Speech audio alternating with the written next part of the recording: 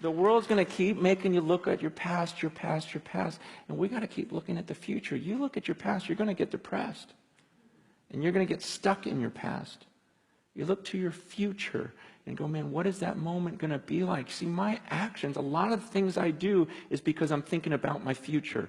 And I'm thinking about that moment when I see Jesus, because I realize that everything I do is going to bring either reward or regret. It really is. I've got an extra $1,000.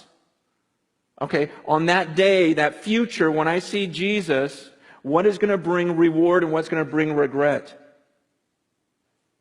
I could buy a lot of fun things for myself with that $1,000, but on that day, Paul's saying, I'm just looking at that day, going on that day, maybe I just give it to the poor, because on that day, I'll be rewarded for it, versus, we've all bought things we regret, right? You go, oh, that was a waste of money, that's a waste of money, that's a waste of money. Think about what we're going to say at the end when we stand before God. Are you going to regret the car you drove, regret the house you lived in, regret the clothes you wore, regret, just everything?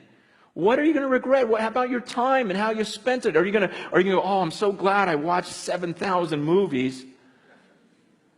Or are you going to regret, wow, I wasted all of that time down? It's about the future. Paul's going, man, what am I going to look forward to at the end? I'm going to bring an illustration that, this is like the first illustration I did. It was 20 years ago, but I can't think of a better way to explain it. I actually didn't use a rope back then. I used remember computer paper?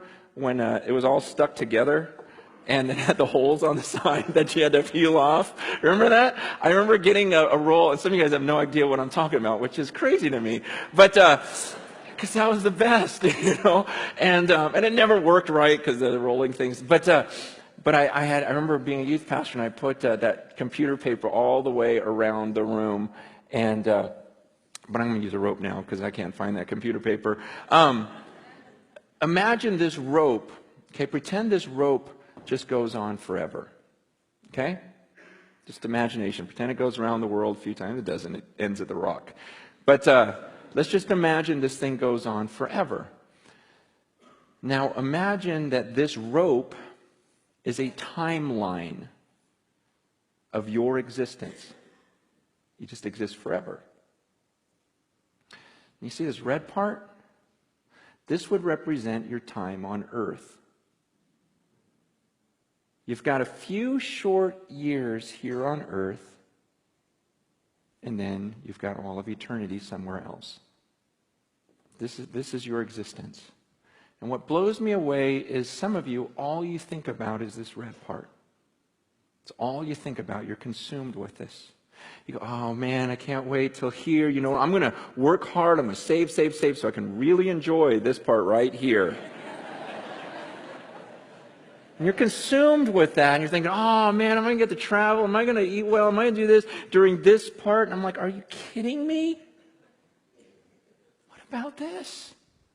What about this? What about all this stuff? It's crazy to me because the Bible teaches that what I do during this little red part determines how I'm going to exist for millions and millions and millions of years forever.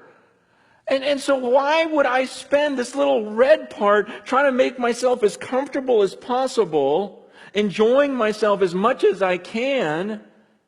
Paul says, look, I'm going to live my life for this mission. I'm going to spend my life, invest my life for this moment when I cross that finish line. See, I'm going to forget about all this stuff I could enjoy, and I'm not going to look around. I'm going to be like a runner, just looking at that moment when I face God, because when I face Him, then I don't get this chance over again. We get one chance at this life on earth, and it can end at any second for any of us. We've got one chance at this, and then comes eternity. And I'm not going to be fooled. I'm not going to spend my life down here. See, people look at some of my decisions and go, oh, you're so stupid because that's going to really affect this. I go, no, you're stupid because that's going to affect all of this. Man, I'm serious. I look at the way people live and I go, wow, that is so crazy. You are so crazy. You're going to do that right now, just to enjoy right now, not even knowing if you have tomorrow, and you think that's smart and that I'm dumb?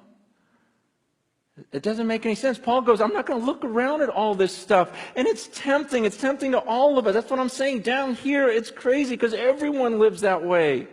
Everyone lives for the red part. No one's thinking about the millions of years afterwards. It's just this crazy deception that we can't get out of our minds. And Paul goes, I'm not doing that. He goes, I keep my eyes on that. I keep my eyes on that finish line, and I'm going to forget what's behind me. I'm not looking around.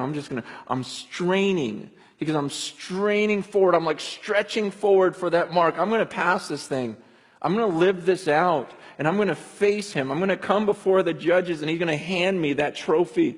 He goes, I'm going to get it. And I haven't gotten there yet. He goes, but you better believe I'm using every muscle, exerting every bit about me, because I'm going to pass that line well.